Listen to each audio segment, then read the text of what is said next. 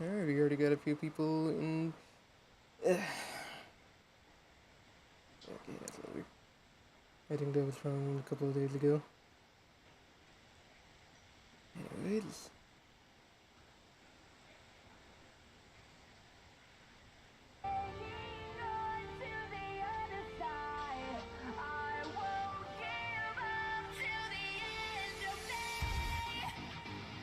Once we do get a few people in the chat, I will start it off.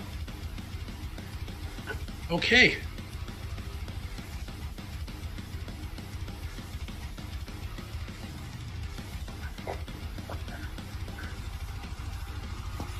Alright, I think we do already have a few people here, so anyways.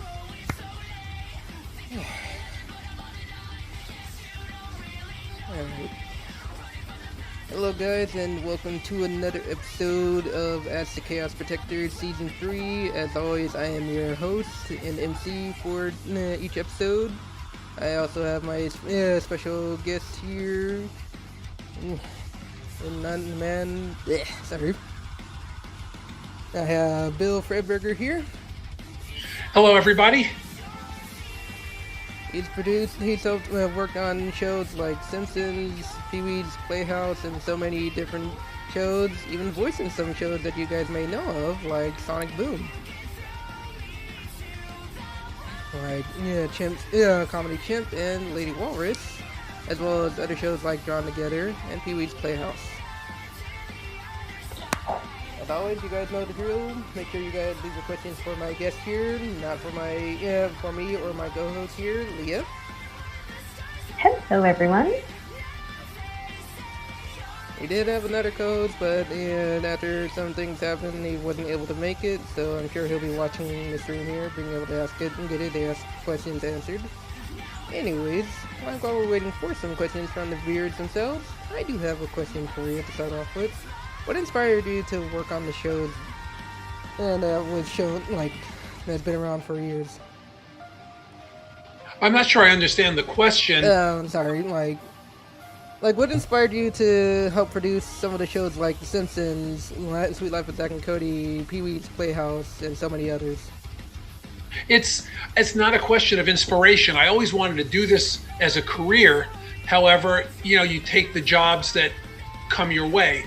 So it wasn't like I was inspired to work on Pee-wee's Playhouse. I was very lucky to know someone who recommended me for that job.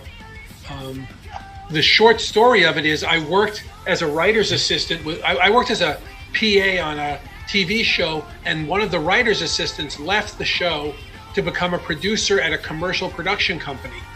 Oh. That company went on to produce Pee-wee's Playhouse. And I was just a writer's assistant, a PA, but he thought I was really funny. So when they came back for the 4th and 5th seasons, he recommended me, and I had a meeting with Prudence Fenton, who was the animation executive producer, and we got along, and she hired me to direct animation for the last 2 seasons of Pee-wee's Playhouse. Nice. Also, I noticed that you also played a character in the show as well. I believe Elvis? I was the voice of Elvis Presley in a couple of Penny cartoons. Nice. And which one was which I also wrote. I'm sorry, what was that? How much fun was it to work with the guy who played Pee Wee Herman? Oh, Paul was amazing. It was great to work with him. It's one of the best jobs I've ever had, honestly. Everyone there was so creative. Paul was fun to work with. He was so funny. It was just a really good experience for a first job like that. I always watched his shows when I was a kid. It was a very smart show and very interesting and satirical. We just had a ball doing it. Nice. Alright, I do have one question from Tailsco. Let me try to rephrase what they were asking. I guess, what was your favorite show to work on and be a part of? That's hard to answer. So many of them, as I just said, Pee-wee's Playhouse was just a wonderful, wonderful show to work on. I was very proud of a lot of the shows I've worked on. I was proud of the PJs. I was proud of, obviously, my opportunity to be on The Simpsons. Sonic Boom is a show that I always say reflects my voice as a writer better than any other show I worked on. That show really, was something where my point of view and my voice came through. So I really loved Sonic Boom a lot. Honestly, when I found out that you played both Comedy Chimp and Lady Wallace, as well as a few of the warehouse workers, it surprised me. I didn't even recognize it until after I saw that. Well, yeah, it's Comedy Chimp is also an old-time showbiz character, which is near and dear to my heart. Lady Walrus is based on those snooty kinds of characters like Fred Flintstone's mother-in-law. Oh, yeah. That always had that kind of voice, Oh, Fred, whatever are you doing? So we made that Lady Walrus. And then the whole thing where she was just the worst parent in the world because she would always let her kid get into trouble and Sonic would have to say, my baby. That part was always funny. And maybe she kept a slightly tighter watch on the kid. He wouldn't have gotten into all that trouble. Oh, that is Lady Walrus without mode. Every single time that baby always gets in trouble, like when it came to the fire bot, he get burning things. Yeah, Caught at that. Yeah, that baby walrus was got into a lot of trouble, and Comedy Chimp, was just that old time showbiz. I can't believe I'm on Sonic Boom. I gotta fire my agent. Imagine actually being a line in the show itself. That would have been really funny. Yeah. Breaking the fourth wall right there. Yeah. Oh, I happen to have a question, Bill. I'm pretty curious. Do you have like a character trait from both Comedy Chimp and Lady Walrus that you can relate to on a personal level that you're like, oh, this part of their personality really describes me, type? Let's see. Well, Lady Walrus is very irresponsible, and I can relate to that. Not wrong. And Comedy Chimp is just weary of all the nonsense he has to put up with. He's trying really hard to put on a smiley face, smile though your heart is breaking, but he's just always pissed off in the end. It's always the thing that Comedy Chimp does that I relate to the most is that kind of I've had enough. This is getting ridiculous with these people. Do you have a lot of fun with the person who played the other character that's always with Comedy Chimp? Wolf's sidekick? Yeah. Yeah, we all had fun. The record sessions were so much fun. The actors were all fantastic. We would always joke about how I didn't deserve to be in the room with them working, doing voices, because they're all so good. Nice. I love all of them. I still talk to many of them. Nice. It was a fun production on almost every level. All right. I was wondering, it was also shown that you also helped with drawing together, but also voiced a character in there. Which character did you play in that new show? Oh, it was I played two characters. One, there was a rhinoceros who, when in the episode that I wrote with my son Sam, it starts out with Captain Hero using his X-ray vision to watch the other female house members bathe. Oh my God. And he wants to see them naked. And he sees Toot, drops her towel, and he goes, "Oh my God, there's a rhinoceros in the bathroom." And then we cut away, and the women are complaining about, Foxy, Clara, and Toot are complaining about him watching them. And then when the camera pans over a little bit, and there's a rhinoceros there. So Captain Hero wasn't calling Toot a rhinoceros. There actually was a rhinoceros there. And I was the voice of the rhinoceros. Oh, nice. I think the line was, I'm leaving this planet unless things change, people. Unless things change. Yeah, there was a lot of messed up stuff in that show, Yeah. which was funny. And the other one was, I think it was in the episode where Waldor learns to masturbate. Oh God. Foxy shows him a film about what it means, what it means to reproduce and everything. Right. And there are these two characters in it, and one of them is the they're having sex, and it's a demonstration. And then when it's over, Foxy thanks the two of them. And it turns out it wasn't a film; they were doing a live play of a sex education film. I think I remember that. Yeah. I think I remember that episode. And the guy's leaving, and the wife says, "Go to your whore." And then I say, "At least she listens." Oh my God. Just hearing about some of those old shows is insane. Yeah, but I was very proud of that show. I loved the PJs. Was a really fun satirical show to do. I remember you were also a part of the Howard Stern show, as well as Yes. When I was a comedian, I did a guest spot on the Howard Stern show that Jackie Martling brought me into. And then years later, he did a pilot, 5 episodes for Fox, because he was going to replace Joan Rivers. And I was the junior writer on that show. Huh. Nice.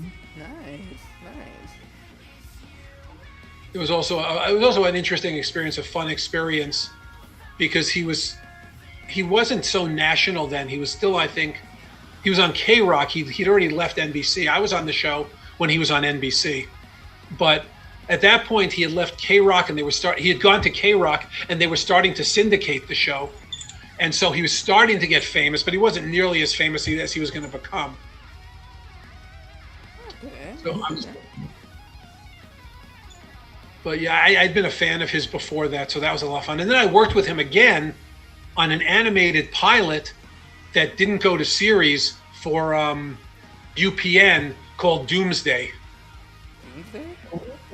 Yeah, it was an animated show about the end of the world, where this one family, there's a nuclear holocaust, and this one family they're camping in a place where the walls are lined with lead, so they're not affected by the radiation.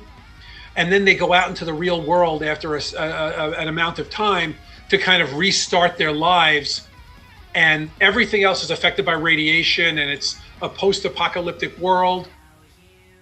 And they're going from adventure to adventure in this post-apocalyptic hellscape. Mm-hmm. And Howard Stern was the executive producer, and he was the voice of their dog, Orenthal. Ooh. Okay. While we're still waiting on some questions, I have a question. Along Sure. with some of the other shows you've actually worked on, how much fun was it to work with the cast of Zack and Cody?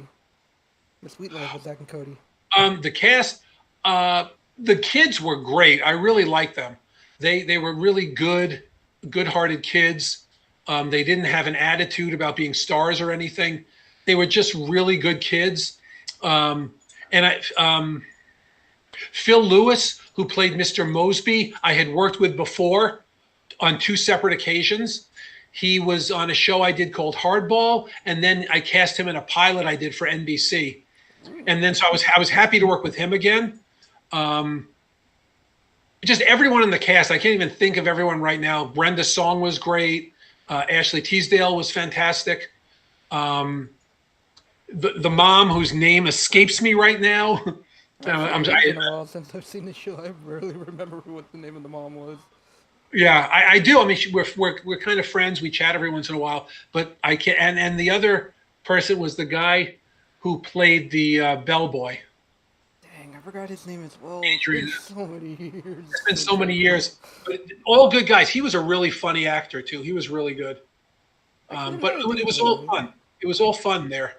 And actually, I'd worked on Drawn Together, and then Drawn Together was on a really long hiatus, and I wound up on Sweet Life of Zack and Cody for the first 12 episodes, and then I left to go back to Drawn Together to be one of the executive producers. Nice. Yeah. And now that I think about it, When it comes to Sweet Life with Zack and Cody, did you also help work on Sweet Life on Deck and the kind of sequel No, to that? no, that was already after I had left the show. Ah, okay, okay. Mm. All right. Although Sam appeared in several episodes as an extra. He was in the graduation prom episode, I believe. Ooh, that's interesting to know. Yeah, he was in Sweet Life also. In the Battle of the Bands, a band in Boston was the name of it, where there's a Battle of the Bands. He plays the guitar for one of the competing bands. He plays a little bit, and then it pans over to the host. Okay, now I gotta watch that again so I can find him in there. I want to see that. Yeah. He was just a kid then. He was probably 12. Oh, wow. Still. Alright, we do have some questions. Yeah, from Silver 8. Yeah, go ahead. Yeah. From Silver 18, they asked, how old were you when you voiced Comedy Chimp in Sonic Boom? Oh, I don't want to give away my age. This is Hollywood. That's true. I was definitely an adult because it was only 5 years ago. There's your answer there, Silver 18. Anyways, what is your favorite funny show from Tales Come? My favorite funny show? That's a tough one. I'll tell you, my favorite show of all time, which I still watch at least one episode a day, is Hogan's Heroes. Ooh. I loved that show as a kid, and I continue to enjoy it. I think the performances are just fantastic. There are some really, really funny actors in it. So that's like my favorite show of all time. Ooh, cool. I actually have a question. Shoot. Yeah, I actually my question would be like when you write for any for film or cartoons or TV shows, where do you draw like inspirations from? Like, is it kind of like, do you draw inspirations from other well-known TV shows, movies, and other cartoons? I'm very curious. That's a tough one because it comes from everywhere. When you're working on a show and you have the characters there, sometimes you look at the character, you look at a scene you're doing, and you say, it'd be funny if this character did this thing. So sometimes it just comes naturally from working with the show. You find out, this actor who we cast in this role, who we thought would be this kind of character, he's much funnier when he does this other kind of thing. And so you start looking for things in that direction, So some of it comes organically. Like, I worked on a show called Get a Life with Chris Elliott. Nice. And we were trying to think of stories for that show, and he was like a paper boy, and he was just a complete screw up. And he was like, in the writer's room, we just thought he was like kind of psychotic and crazy. And one day I said, well, what does he care about? Which is like, they laughed at me for thinking that way. What does he care about? I said, well, he's really proud of being a paper boy. What if he has to, give up that job or something happens? And we ended up coming up with the Paperboy 2000 episodes where Chris is replaced by a machine and has to battle the machine in a Paperboy duel to get his job back. That was something that came from looking at the characters and saying, what do they care about, and figuring it out. On Sonic Boom, Eggman was this evil villain who had robots and could destroy things. But I thought it was really funny that he could never win against bureaucracy. He could never get his trash collected. He could never get his trash collected. He just had all these and Sam came up with an idea for an episode that he got story credit on and someone else wrote, where Eggman, his evil lair is part of a homeowners association, which right off the bat is ridiculous. But then the homeowners association has a rule that you can't have robots in your house. I remember that episode. Me too. You'd think Eggman would just blow everyone up, but for some reason he's susceptible to any kind of bureaucracy. Right. Another thing, when I first started in the business, you have to write sample scripts called spec scripts. Right. And you write them on your own, and then you send them around. And hopefully someone hires you. And one of the first spec scripts I ever wrote, that got me work was a Simpsons spec script. It got me my first job. It got me on Get a Life, actually. Oh. It was a Simpsons sample script, and it was about a raccoon is knocking over trash cans. Homer can't sleep because the raccoon is so active at night. He ends up getting into a car accident. He causes like a nuclear accident at the plant, and he decides Mr. Burns says he's going to be fired if he doesn't, come into work refreshed and awake. And so he decides to kill the raccoon. He sets out to kill the raccoon, and Lisa calls like PETA, or an organization like PETA, to stop him. And Homer gets involved with this group, and he's a member of the group, and he goes with them on raids and stuff. And in the end, it's too much hassle. And he said, I appreciate the work you do, but I'd rather just, I think it was something he said, something like, the work you nuts do is very important, but it's just too much effort for me. So I'm going to go back to my middle class life, or something like that. And that actually was based on something completely unrelated, which was, I had a book of all different television shows that had episode guides. This was even before you could find them on the internet. And there was a Brady Bunch episode where they go camping, and the boys want to scare the girls into thinking there's a bear. So they take a teddy bear and shine a flashlight on it, and the flashlight makes it look like a big bear on the side of their tent, and the girls panic. And I read that, and that became A Wild Animal is Loose.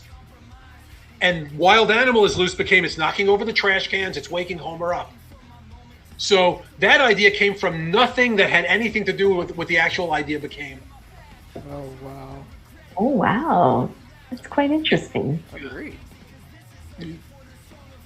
Actually, when I think about it, do you still hope writing that stuff for The Simpsons, or no? I just wrote one episode for The Simpsons. Okay. The story behind that, actually, is I was working with Al Jean and Mike Reese on a show called Teen Angel, which it was paired with Sabrina on Friday nights. It was paired with Sabrina on TGIF, I think. Oh, okay. And we were on the stage, and I have written two spec scripts for The Simpsons in my career. One when I had a partner, one when I didn't. And the general rule of thumb is no one from the show ever hires you based on a script for their show. For two reasons. One, they know it so well, they see all the mistakes. And two, they're very protective of their show, and it's not like anyone can write it. But I had the good fortune of being hired 5 different times by either Simpsons writers or former Simpsons writers based on my Simpsons scripts, which was just kind of rare. And so I'd written the Simpsons spec, and Al Jean had read it when he hired me for Teen Angel. And we were on the set one day, and he was talking about my Simpsons script. He said, do you ever want to write on The Simpsons? And I said, I would love to be a part of The Simpsons, at some point, whatever. And that was it. It was over. We talked about it on the stage one day. It was over. 3 years later, I was running my first show called Manhattan AZ, and it had just been canceled. My father-in-law was dying of cancer. So it was a very tough time. And then while I was mixing the last episode of the show that had just been canceled, I got a phone call that my best friend from childhood had a heart attack and died. And I was in like one of the worst places of my entire life. And this was 3 years after I had that talk with Al Jean. And 2 days later, the phone rang, and Al Jean said, I'm back on The Simpsons. You want to write an episode? And it like saved my life, because I was in such despair. It was such a sad time. And then this guy, 3 years later, remembered and kept his word. And I wrote an episode of The Simpsons, She of Little Faith, where Lisa becomes a Buddhist, and it was nominated for an Emmy. Wow. So that's the story of that episode, is that at one of the lowest points in my life, Al Jean and The Simpsons came through for me. Wow. That's so inspiring. Agreed. Yeah. He could have just, forgotten it, let it slide, whatever. I mean, I assume he thought I was a good writer. Obviously, he wouldn't have hired me on the first show. but he remembered it 3 years later and really pulled me out of a bad situation. That's a good friend right there. Yeah, Mhm. yeah. Alright, we do have a few questions already for you. Like, there was Okay. one where someone asked, was there any shows that you personally disliked? That I worked on? Or Yeah. That's never a good thing to put out there. You know, obviously there were shows that had there were shows I liked that didn't do well. Alright. I don't want to name any names. There was a show I worked on. Excuse me? I was saying, understandable. Yeah, there was a show I worked on that had a really good pilot. I was hired by Simpsons writers, 2 Simpsons writers, to work on it. And they did the pilot, and then when they went to series, the network wasn't confident they could run the show. And the network brought on a showrunner who was really hacky and pretty much ruined the show. Oh, jeez. So although I had a good time, there were a lot of good writers on that show.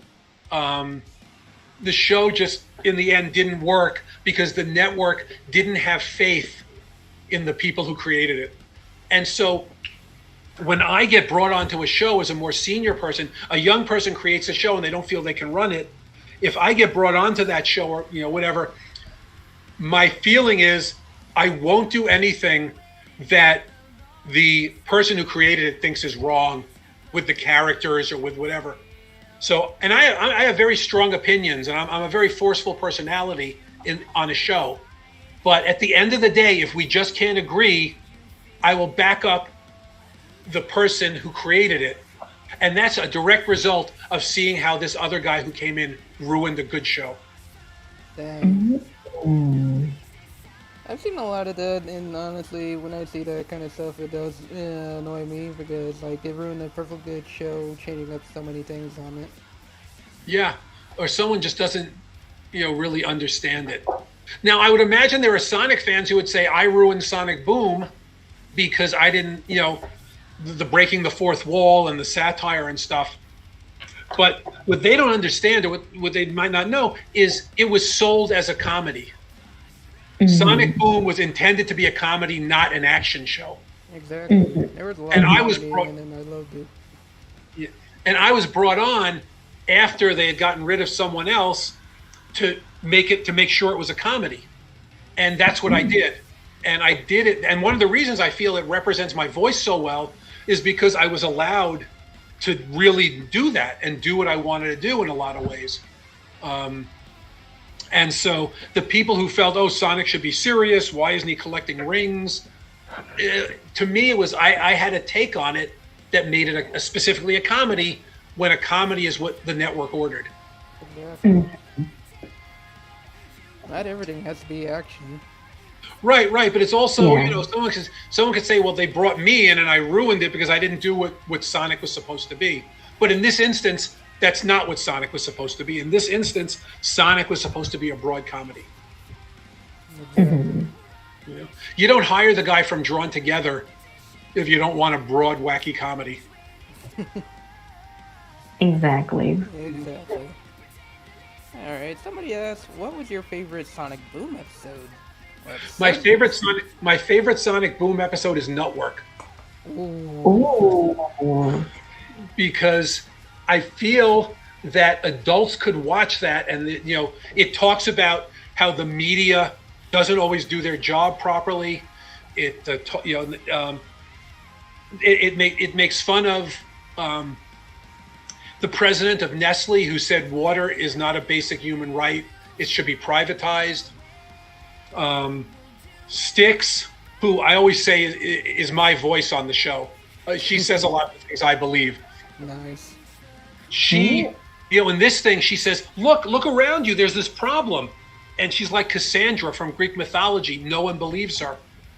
But then when she starts to get the word out on her own, the network immediately sells out, you know, the guy who works for them and gives her the job and says, you can tell the truth, you can do whatever you want. And then slowly, what the media does, starts to rein her in. So to me, this is so much about what I believe that's far and away my favorite episode. Nice. Oh, that's interesting. So it's basically something that's really relatable in real life, basically. Like it's like you said, the media doesn't really, do their job.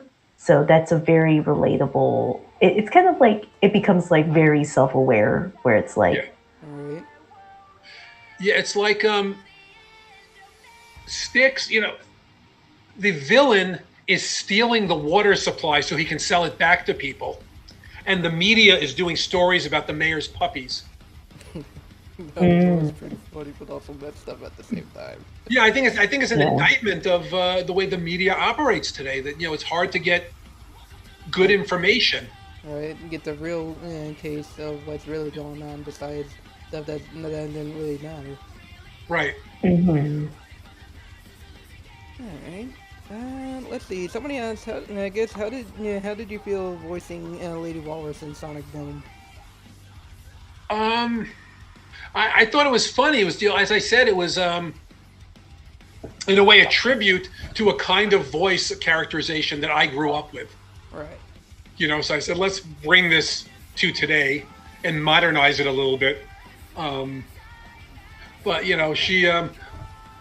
she was a fun character. We actually had a story. I think I mentioned this at Sonic Revolution several years ago, where Eggman marries Lady Walrus for her money.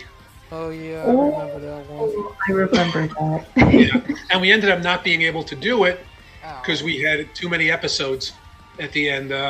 I believe the episode about the video games, not the, Right. no, not the video game. There was some episode at the end, maybe it was the Shadow episode, that it was supposed to be one episode, and then we wanted to make it 2 episodes, and that pushed the other story out. Yeah, that was the video game one.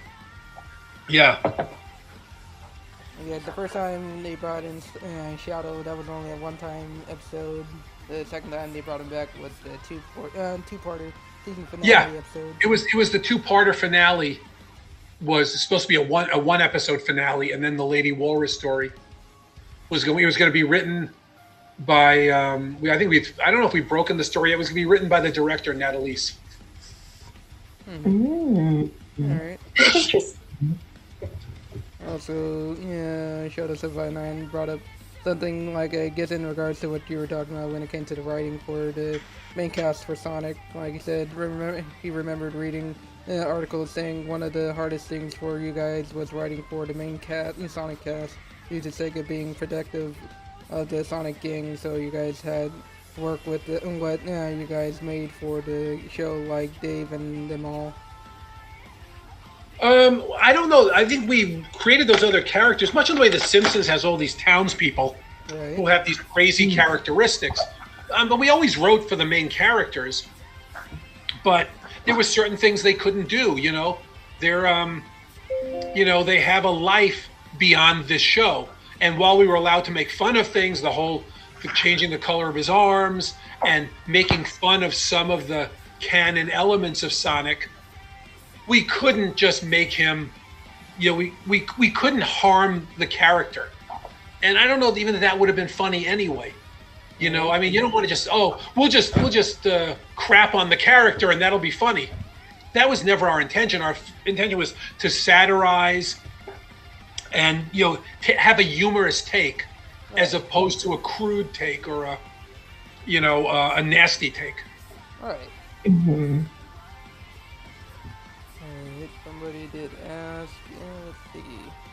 What is your favorite show theme? Show theme musically? I think, yeah, like, musically, but also, like, I don't know what other meaning would be, like, yeah, like, comedy, action, and whatnot. Oh, I'm a comedy guy completely. I started out as a stand-up comedian, and I got into comedy writing, and so I'm a comedy guy through and through. Ooh. Okay, brings another question to you. What inspired you to be a comedian? I don't know. It's just what I always wanted to do. From the time I was little, when I was in 5th grade, around that time they were doing this stuff where you instead of just writing a research paper, you had to present it to the class in some way. And I was like in 5th grade, and what I would do is I would write these sketches, and I'd incorporate material from the research assignment into the sketches. And I always got an A. And I was able to get the smartest kids in the class to do all the work, and I would write a sketch. And we'd present it, and we'd always get an A. So all the smart kids wanted to be guaranteed an A. They all wanted to work with me. And I found out if you can be funny enough, you're never going to have to work very hard. Dang. Oh. Because I wrote these sketches that they were parodies of TV shows of the time, and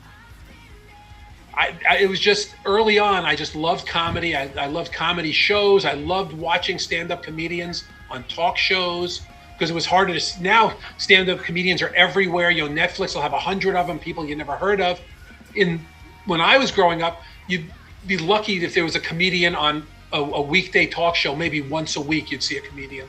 Maybe Johnny Carson would have a comedian on once in a while. So it was really rare to see comedians. I love comedy movies. I love Abbott and Costello. I love the old Abbott and Costello TV show. I love the Marx Brothers, W.C. Fields, all those old time comedians, and then obviously newer comedians and comedy movies as well. All right. Ooh. Nice. All right. Someone asked if you have played any of the Sonic games. What was your favorite Sonic game to play? It's interesting. I'm like a really old school player. I have an Atari here in my office. I have an Intellivision. I have a ColecoVision, and then working my way up through some of the others. So I haven't played a lot of the Sonic games. The games as they get more complex are less interesting to me. Where you got to walk around and have missions and stuff. Yeah. I like Tetris style games. My favorite Sonic game actually is Dr. Eggman's Mean Bean Machine. Ooh, nice. Because I love Tetris kind of games. Now that's an old classic. Yeah, that's more what I do. I mean, I have all these consoles. I have Xbox 360, and I've been playing. Like one of the DC Universe fighting games. I've been playing a lot recently, but mostly I like really old school games, Atari games and television games, and then simpler kinds of games. I like Dr. Mario, for example. Ooh, Dr. Mario. Again, a Tetris kind of game. I remember playing that when I was a kid. Another old classic. Yeah, so there are a lot of those. There's a Disney Tetris game that I play a lot. For the N64. Oh. Okay. I think it's called Magical Tetris or something. I think I've heard of that one. Ooh. So somebody asked, what inspired you to be a part of the Sonic community? Well, again, I was hired. I had a meeting. Evan Bailey, who was one of the executive producers, contacted my agent. They were looking for writers for Sonic because they had gotten rid of the person before me, and they were looking to for a showrunner. And I met with Donna Friedman and Evan, and we had a good meeting. And Evan made me jump through a lot of hoops. And what would you do in this situation? Can you break down an outline for me and tell me what notes you give to the writer? And I jumped through a lot of hoops, and they liked my work, and I wound up on Sonic. But it was just the way this business works. Your agent submits you for things, and sometimes you get them. Right. Mm-hmm. Might be unpredictable, but at least it'll be something fun to look forward to. Yeah. Oh yeah, Bill. I have a question. To piggyback off of what you said, like, did you do research at least to have a better idea of how to write the characters in Sonic Boom? That's a weird one because I did some research. I looked up various things on the internet. I watched a lot of cutscenes from games to see who the characters were. I watched other Sonic animated cartoons before I started the show. So I got a wide breadth of different kinds of Sonic things. But a lot of them didn't, again, as I said, because it was a comedy show, a lot of them, there's only the one Sonic comedy show, which was, which one was? I was confused. I would either call it, it's not Sat AM. It was the other one, right? The weekday one. The Adventures of Sonic the Hedgehog? The Adventures of the Hedgehog. That was the one that was closest to what we were doing. but it was so old that it was so young that it didn't really help me a lot.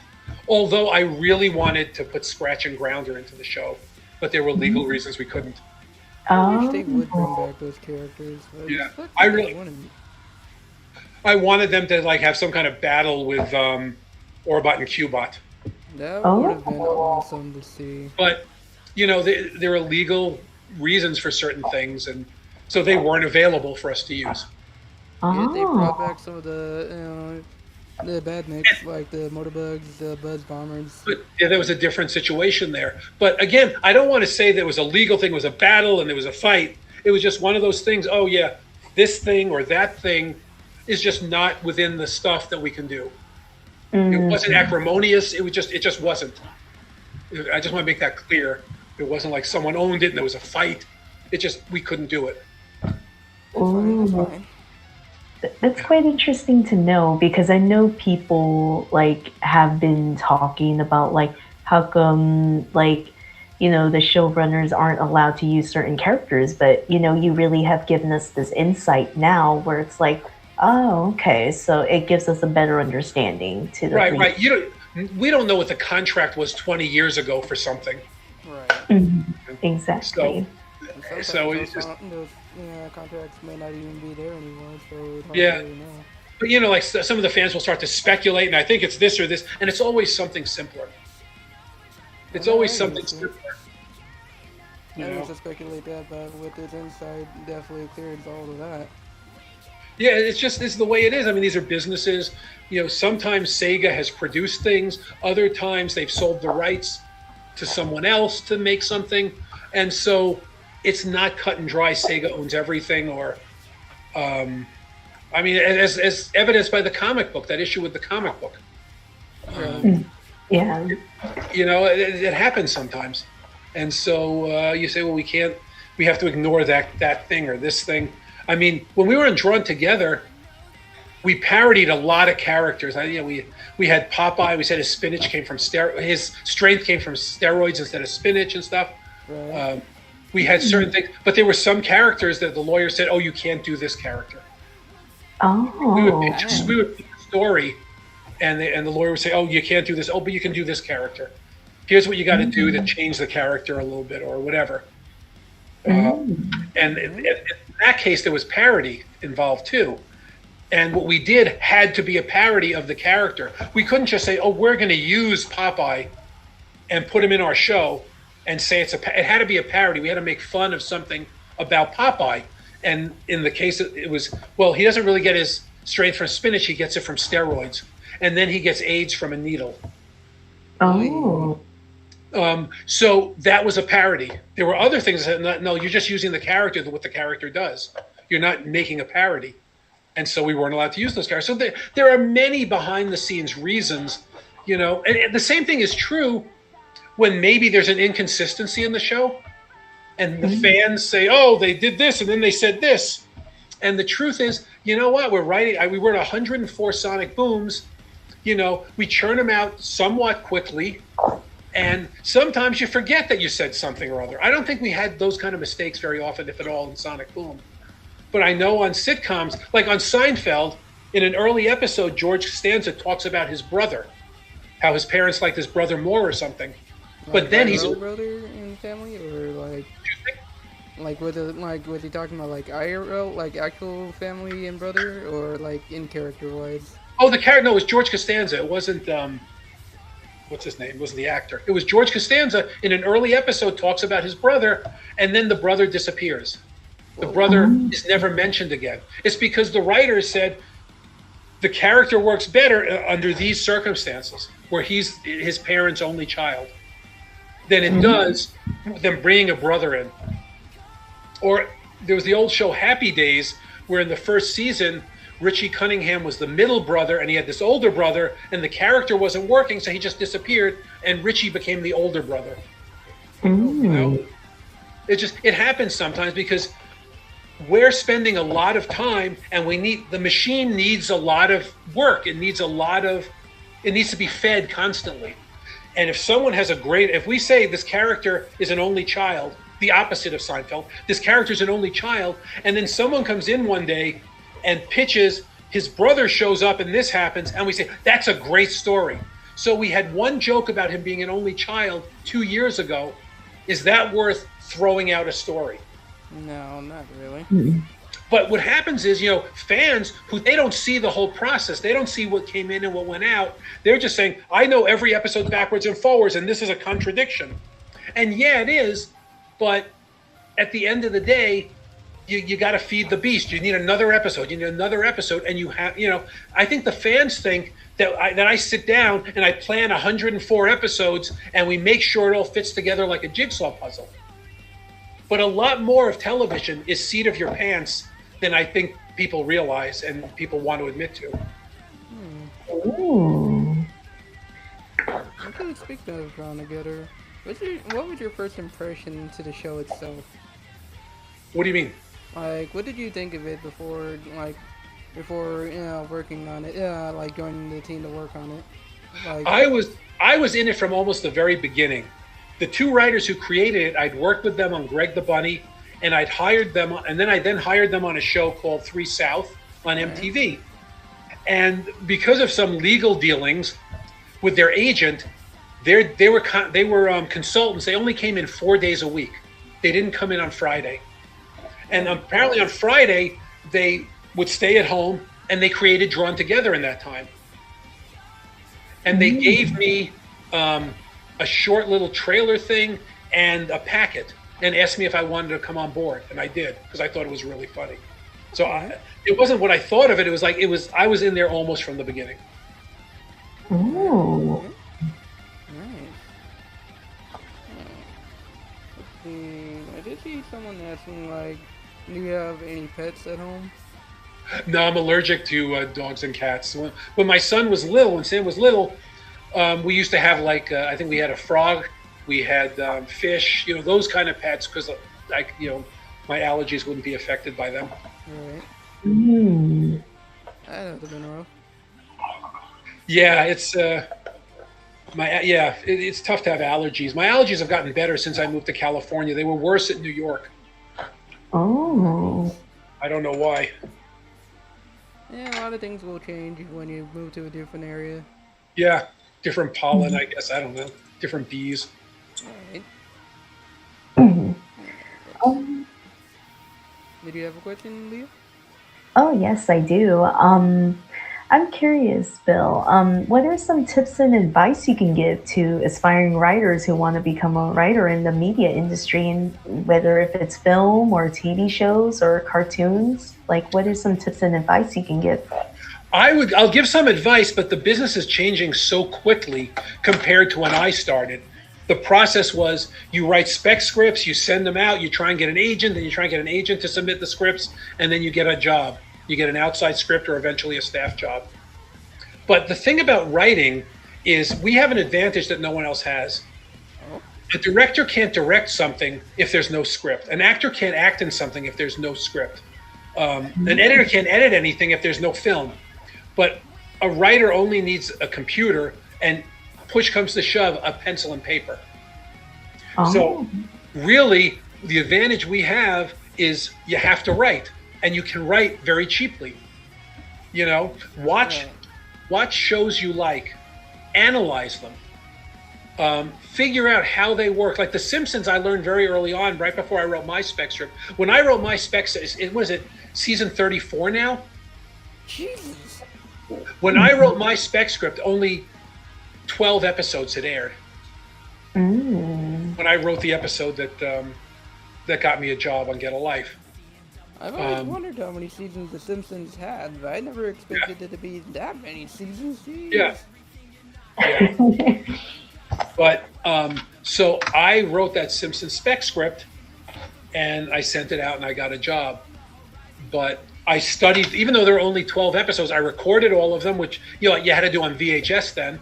I recorded them and I watched them. And one of the things I learned about The Simpsons specifically, if I was going to write a sample Simpsons, was the first act very often has nothing to do with the second two acts. The first act is freestanding, but the end of it jettisons you into the real story. And when I finally wrote the episode, of The Simpsons that Al Jean hired me to write, the first act is Homer gets a model rocket from TV, and he's building it, and Marge wants Homer to help him and do father-son stuff and build these model rockets. And Homer gets way too involved. And then Flanders is doing building model rockets with his kids, and they get into the space race of building bigger and bigger rockets. And finally, Homer gets one which is when I was a kid, there was this Estes rocket that had a clear payload, and they encouraged you to put little animals in it, like insects or worms, to see what space travel would do to them. Well, they'll probably just scare them if they went straight up and came down again. It wasn't, it was like a ridiculous thing. But so we made a payload that took a hamster on The Simpsons, and they launch it into space, and things aren't going well, and the hamster hits the ejector seat button and ejects. The rocket goes out of control, crashes into the church, and the church catches fire. Oh. And so now the church needs money because they need to rebuild the church, and they get involved with Mr. Burns, and they become very commercial. And it becomes so commercial that Lisa is fed up, and she leaves the church, and she becomes a Buddhist. Oh, dear. But the first act has nothing to do with the second two, except at the very end, the church catches fire, which starts the main story into action. So I learned that. So basically, study shows that you like. Watch them, see what they're doing, see how the stories for those shows work. And you also could write original stuff, but you need to understand the rules to break the rules. If you don't understand the rules and you just break the rules, you're making a mistake. If you understand the rules and you intentionally break a rule, you're doing something different. So in writing, you really want to analyze and study. There are probably some books you could read, although I guess a lot of them are probably really old-fashioned right now, because everything is changing so quickly in the industry. But it's funny. I always say there's nothing worse than a drama show that tries to do comedy, except a comedy show that tries to do drama. And if you've ever seen those shows, when I watch a drama show, there'll be a joke once in a while, and it's always what we on comedy shows, the writer's room would call low-hanging fruit. They went for the most obvious thing. They didn't spend 10 minutes saying, is that a good joke? And then the actors, because they're drama actors very often, don't know how to say the joke properly. And they'll try and make it real instead of making it a joke. And so, you need to study these things and understand if it's a drama show and you want to put some comedy and you want to make it a dramedy or whatever, it's still got to be a real comedy and a drama. And when it comes to drama shows, with comedy shows, a lot of times when they used to do what was called a very special episode, where they decided instead of doing jokes, they just get really maudlin and very surfacey. The characters are just very one-dimensional, and there's, we're having this problem, and someone was shot, and we're going to the hospital, we're having a vigil, and we're going to be serious and wring our hands. And that's not what good drama is either. So, and I'm not saying you should stay in your lane. There are some people who can do both. But I think you need to study and understand the way these different things work. And then, once you know it, if you want to break a rule, do it knowingly. But if you want to break in, writing is the key. I wrote 13 spec scripts before I got a job. I wrote, and I would say that if I were working on any of those shows I wrote a spec script for, they wouldn't have fired me because the script was bad. But it wasn't special enough to catch someone's attention. Until I wrote The Simpsons, which was my 13th script, and someone said, yeah, this is it. And I gave scripts to people I knew, and they all seemed fine. Sometimes I've read scripts, people give me sample scripts, and they're just dreadful. There's no sign of talent there. But, I wrote my scripts and they were pretty good, but they weren't great. And having written the 12 made the 13th one great. Learning from my mistakes. Ooh. That's good advice. I never really thought about it like that. I'll probably start doing that, to actually analyze like shows and movies that I watch.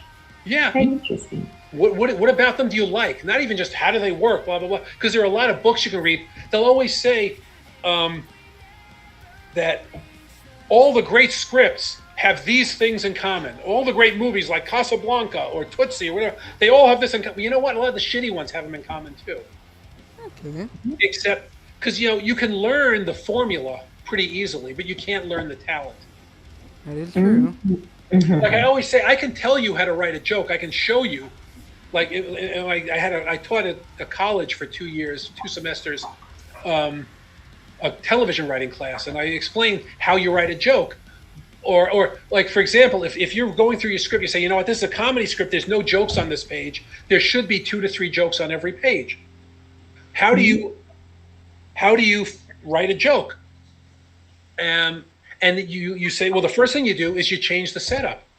Maybe rewording the setup. So the example I always give in class is, I have this page and the thing says, I bet you slept well last night. I can't think of a joke for that. How else can you say that? And the example I give, I'm not saying it's the greatest example, but it's an example. How else can you say that? I bet you slept like a baby. And then you think, well, if you mean I cried and wet the bed, then yes. And so change the setup, and that gives you a punchline. And so these are tricks that you can learn. Anyone can learn them, but the talented people, when someone throws the I bet you slept like a baby, will think of the joke. The untalented person still may not think of it. So, you can learn how to do the craft by studying. And then if you have talent, you can go the distance. That's great advice. Yeah, it's true too. It's, there are things, I can teach a lot of stuff. I can teach a lot of formulas. But, when I go to break a story like on Sonic Boom, I do it on a whiteboard. I like a whiteboard, and you break it up into 3 acts, and act 1, act 2. And I look at it, and I don't necessarily, well, the formula is this has to happen here. I'm at the point now where I look at it, and I say, okay, this is good. All through Act 1 is good. The first scene of Act 2 is good. And then there's an issue here. Something is not leading to the next thing. We're cheating. We know what the middle of Act 2 has to be, and we built a connective tissue, but it's not really good. It's just there. And I'll stare at it and say, we need to do better on that thing. And just my recognition of it is, from the experiences, I know this needs to be better. I know there's something wrong here. I might not know what it is yet, but I study it, and then hopefully I think of something. Okay. But that's a lot of it is, piecing it together. Like like in the fake example I just gave you, there was connective tissue there. We could have written it that way. But I'm looking at it and saying, this could be better. This isn't right. This isn't good enough. Hmm. And then when we're done, we take a picture of the whiteboard, because there's lines and arrows and you don't want to actually write it down, and then when you need to remember what's going to go on in the script, you wouldn't have that writing all that detail again. Yeah, well, hopefully someone's taking notes, but the whiteboard becomes the roadmap. Right. Some people, I know Seth MacFarlane he likes the simplest story that he can just hang the jokes on. And clearly it's worked for him. I'm not criticizing that. I personally like a really complex story. On Drawn Together, we would always say, when I tell you the story in 2 sentences, if you laugh, then it's a good story for Drawn Together. Right. Because the story itself was funny. The logic of the story, people use logic, comedy logic for the story. And as a result, when you hear it, it just sounds funny. Like Waldor learns to masturbate and finds out his semen cures diseases. That was the crazy part of that show. Yeah. Or, Captain Hero is watching I think the Captain Hero episode that I wrote with Sam was everyone as a kid said, if I were Superman, I'd be looking at women naked. So we did that. We said, the superhero has X-ray vision. He's looking at women naked. The twist is the radiation from the X-ray vision gives Foxy Love cancer. What kind of cancer? Oh, she has a brain tumor, and it's putting pressure on the part of her brain that keeps negative stereotypical behavior in check. So now she becomes this negative stereotype, and people from the FCC come and take her away and put her in a cartoon erasement camp that's run by Mickey Mouse that's getting rid of all the censored cartoons.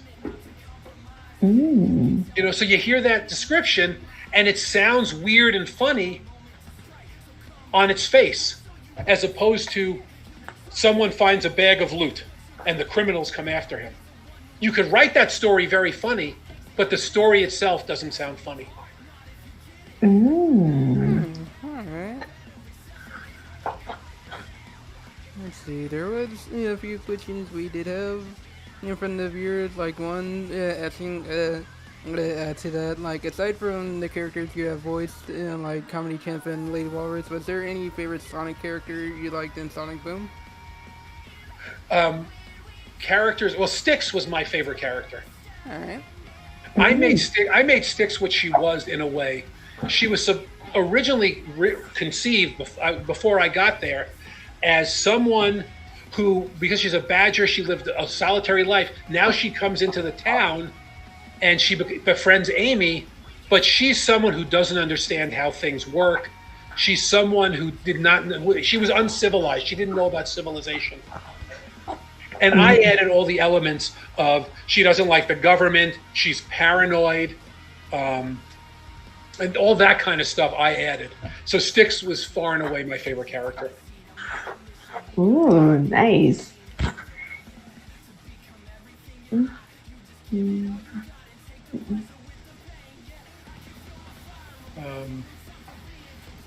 trying to think. I don't think there's any other character. Because I always say Styx is my favorite. I've never stopped to think beyond that what other characters I really liked. We always had a good time joking around. There was that German character that Roger played called Gunther. That character. Yeah, he was like really finicky. And I always like, whenever I see Roger, I say, oh, look, it's the actor who played Gunther. Gunther was kind of like my joke character, of like as if in my mind he was the star of the show. Oh, I find that interesting. I always tease Roger. I always found that interesting because when I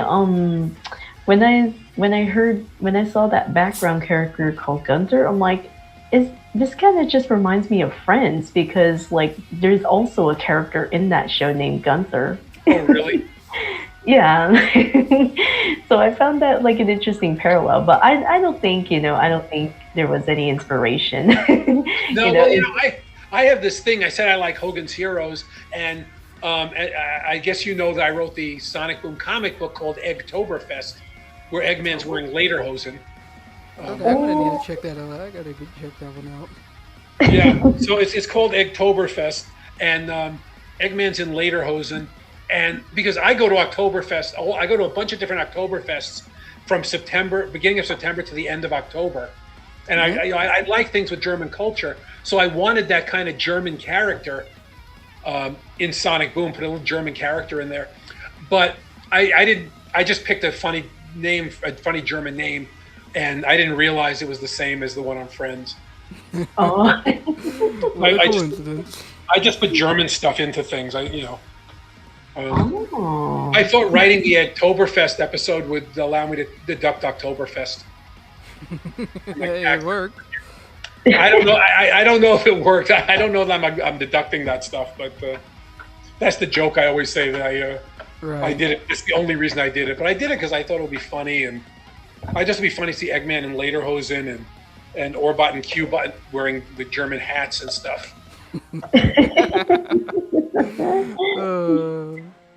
Honestly, a lot of people gotta show some love for those two characters, despite what who they work for. They still deserve some love when you think about it. Yeah. Well, what I like about them is they're aware that Dr. Eggman is a dope. They're loyal, but I think they crack wise. They say things under their breath. They're not completely just these one-dimensional characters who just follow orders. I think they're aware of certain things. I think Orbot more so than Cubot even just is always poking at Eggman. Right. At his foibles. If I remember correctly, didn't Orbot almost try to take down Eggman or try to rule the world with the other Orbots? No, not Orbots, Cubots. Cubots. No, it was Cubot. They were all the Cubot prototypes. that Eggman said. Oh my gosh, I remember that episode. I'll tell you a secret about that one. Oh? We had an idea for a robot rebellion, and it was just too expensive to build all the robots we needed. So someone had an idea.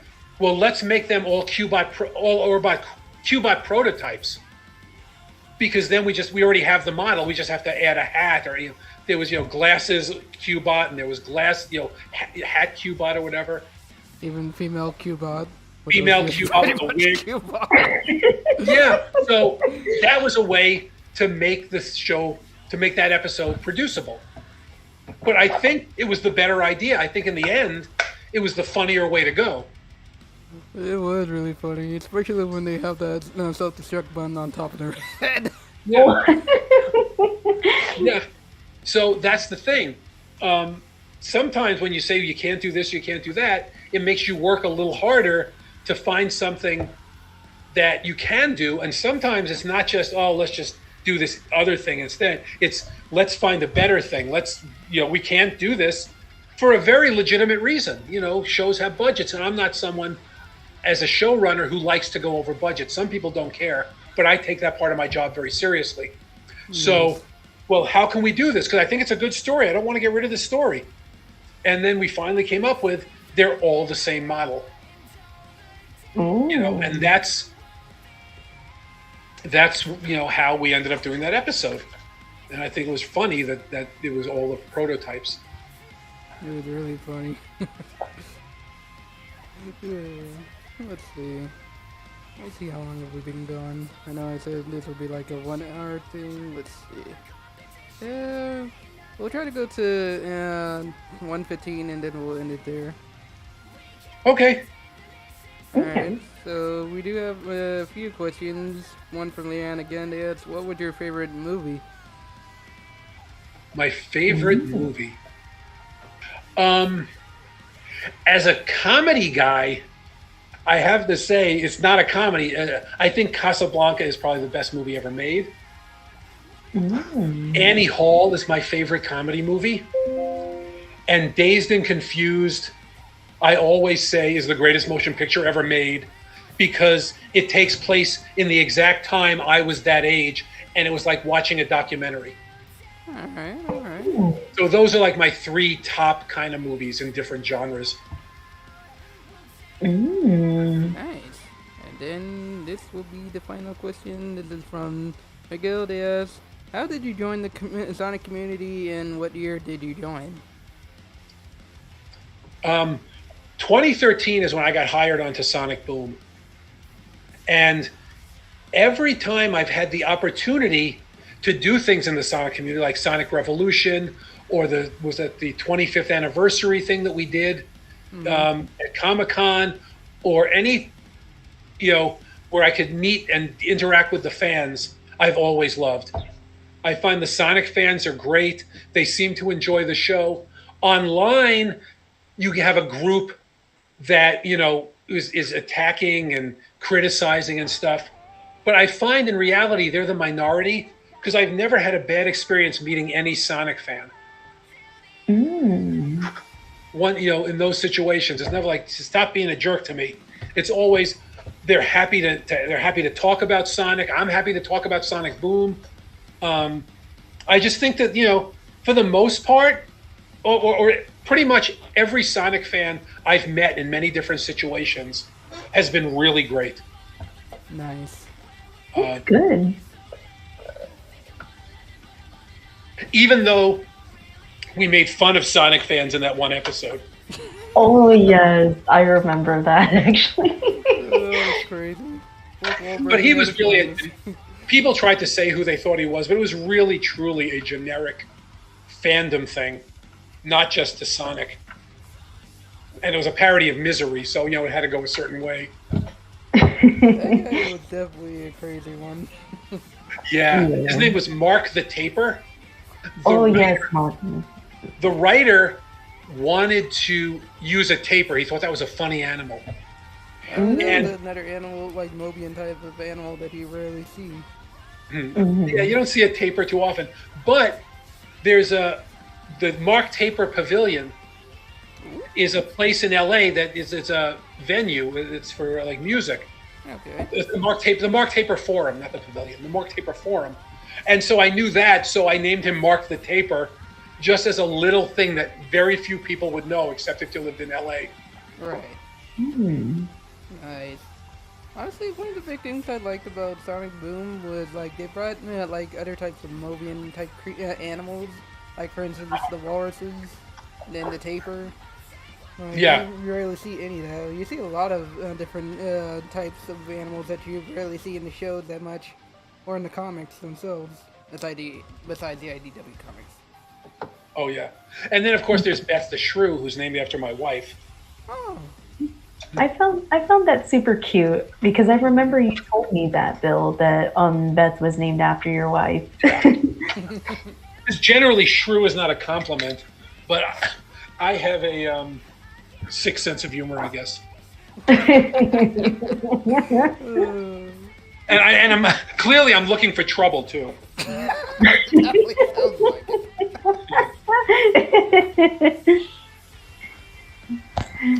Yes, Beth the Shrew. And she's the cutest character.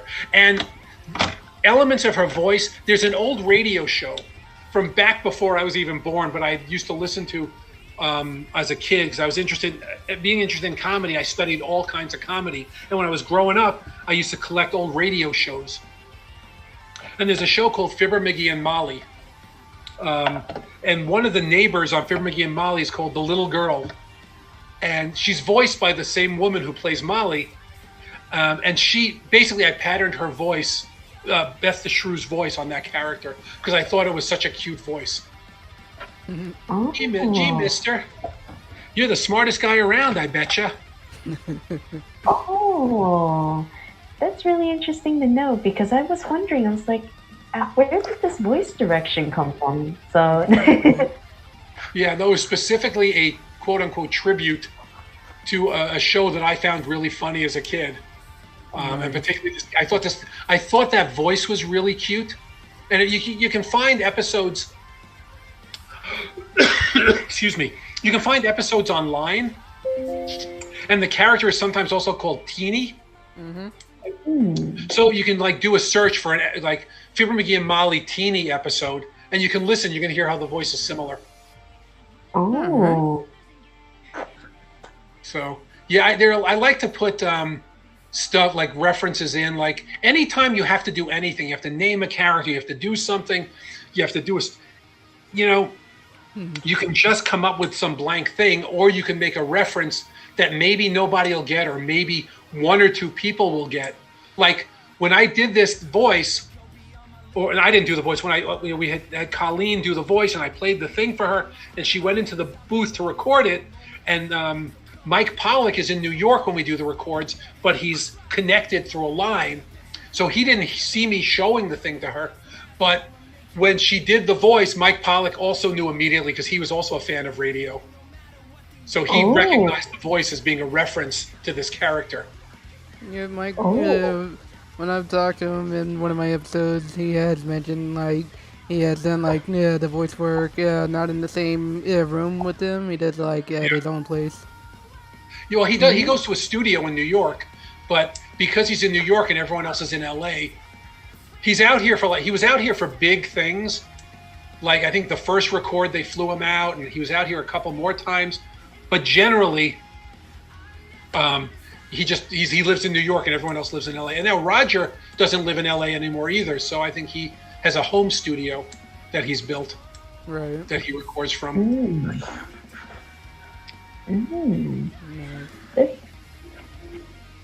Oh yeah, I've been meaning to ask you, Bill.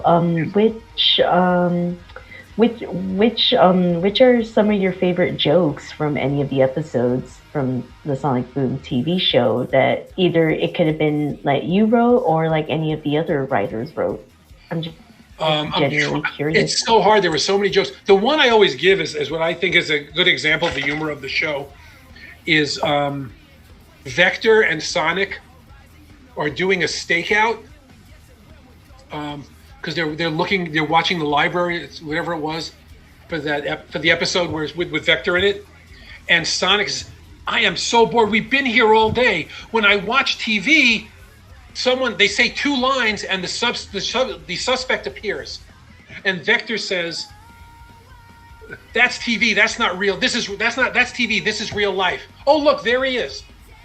I remember that one. Yeah, I love that. One a little bit. I butchered that one in the telling, but that's one of my favorite jokes.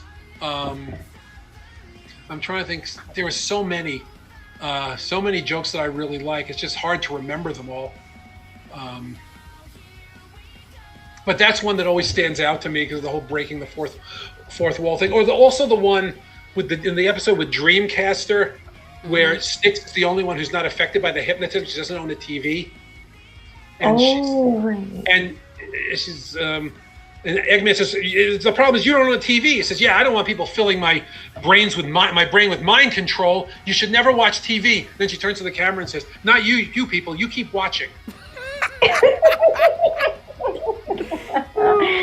Six is literally the only one who really breaks the fourth wall. Yeah, and again, there's this crazy thing where in the end she saves the day by giving everyone tinfoil hats, which apparently do work. And there are so many jokes. I feel bad. I can't, off the top of my head, it's been so long since I've watched episodes. I mean, I used to edit them with Sam was the editor and I would be editing, and so they'd all get burned into your brain. But and then the next week the new episode gets burned into your brain, and so over all this time since it last aired, occasionally I'll watch one, but not too often. So I don't remember a lot of the jokes anymore. Right. I think one of my favorite jokes was that one with Roger, where it's like I think Sonic has like a crystal or something, and he's like falling down, and then you just see like the other characters. It's like, "I'm coming in for a hard landing, Tails," and then like Tails says Roger, and then Knuckles is like, "Who's Roger? He's talking to me." And he switches his voice from his regular voice, and then he just switches back to his Sonic voice. I'm just like, that joke was like one of my favorite ones. Cindy Robinson wrote that episode, and that joke was in her original draft. Wait, she was the one who wrote that one? Yes. Oh. Yeah, she we noticed we didn't have, to balance the stories. We felt we were a little shy of Amy's stories. Mm-hmm. And Cindy had once, told me she was working on some writing projects. And so I called her aside and I said, "Can I talk to you for a second?" She said, "Am I in trouble?" And I said, "No." She said, "Okay." And I said, we need some Amy stories. If you have any ideas, you can write it. And she was like she was a little unsure. She didn't know if she should write it. And I told her it would be okay. And she pitched the idea of that episode, and I liked it, and she wrote it, and it went into production. Nice. Wow. But yeah, she wrote that joke. Nice. She's doing a lot of voice directing right now too, as well as acting. Yeah. I definitely gotta rewatch Sonic Boom, see all of those episodes, especially the ones we were just talking about in this interview. But anyways, I think that's all the time we got there. I hope you guys enjoyed. And thank you, Bill, for joining us for this interview. It was definitely fun getting to talk to you and getting to hear your story.